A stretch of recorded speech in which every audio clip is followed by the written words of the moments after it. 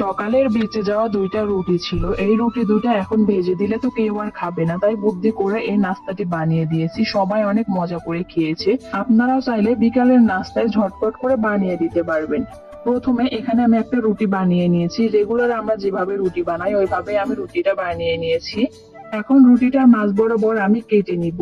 এরপর আবারও রুটিটা মাঝ বরাবর কেটে 4 ভাগ করে নিব। এখন মাঝখান দিয়ে আবারও কেটে নিব। আপনারা ভিডিওতে দেখতেই পাচ্ছেন যে আমি কিভাবে রুটিটা কেটে নিচ্ছি। এভাবে করে পুরো রুটিটাই এখন আমি কেটে নিব। পুরো রুটিটাই আমি এইভাবে করে কেটে নিয়েছি। এখন আমি নাস্তাগুলো বানিয়ে নিব। প্রথমে কেটে নেওয়া একটা রুটির পিস নিয়েছি। এইভাবে করে হাত দিয়ে ঘুরিয়ে ঘুরিয়ে আমি নাস্তাগুলো তৈরি করে নিব।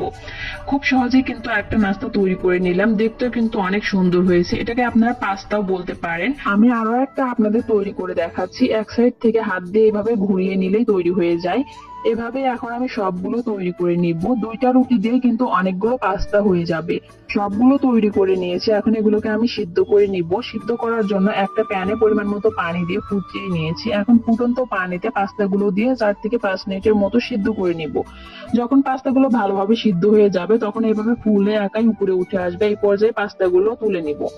পাস্তাগুলো তুলে একটা সাইডে রেখে দিয়েছি। এরপর চুলায় আরো একটা প্যান বসিয়ে দিয়ে প্যানে পরিমাণ মতো সয়াবিন তেল দিয়েছি। এরপর একটা পেঁয়াজ কুচি এবং কাঁচামরিচ কুচি দিয়েছি। এখন তেলের সাথে পেঁয়াজ এবং কাঁচামরিচ কুচিটা 1 মিনিটের মতো ভেজে নিব। হালকা একটু ভেজে নিয়ে পেঁয়াজ মরিচটা এক সাইডে রেখে এরপর এখানে একটা ডিম ভেঙে দিব। এরপর ডিমের উপর দিয়ে সামান্য একটু লবণ ছিটিয়ে দিব। এরপর ডিমটাকে এরকম ঝুরি ঝুরি করে ভেজে নিব। ডিমটা যখন ঝুরি ঝুরি করে ভাজা হয়ে যাবে এই পর্যায়ে পেঁয়াজ মরিচের সাথে ডিমটাকে নেড়েচেড়ে মিশিয়ে নিব। এখন পেঁয়াজ মরিচের সাথে ডিমটা একটু ভেজে নিব। এরপর এখানে দিয়ে দিব সিদ্ধ করে রাখা পাস্তাগুলো দিয়ে এখন নেড়েচেড়ে ভালোভাবে মিশিয়ে নিব। সবকিছুকে একসাথে ভালোভাবে মিশিয়ে নিয়ে এরপর এখানে দিয়ে দিব 1 প্যাকেট নুডলসের মশলা। 1 প্যাকেট নুডলসের মশলা দিলেই হয়ে যাবে। নুডলসের মশলাটা দিয়েছি। এখন আবারও নেড়েচেড়ে ভালোভাবে রান্না করে নিব। 2 থেকে 3 মিনিটের মতো নেড়েচেড়ে রান্না করে নিব। সব শেষে এখানে দিয়ে দিব টমেটো সস। টমেটো সস দিয়ে এখন আবারও 1 মিনিটের মতো নেড়েচেড়ে ভেজে নামিয়ে নিব। আপনারা চাইলে এই পাস্তা রান্নাতে সবজিও দিতে পারেন। আমার হাতের কাছে কোনো সবজি ছিল না, তাই আমি সবজি ছাড়াই রান্না করে দিয়েছি। সবজি ছাড়াও এই পাস্তা রান্নাটা খেতে কিন্তু অনেক মজা লেগেছে। আমার পাস্তা রান্নাটা হয়ে গেছে। এখন আমি নামিয়ে নিব।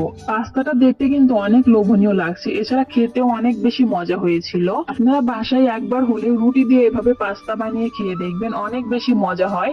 ছোট থেকে বড় সবাই অনেক মজা করে খাবে।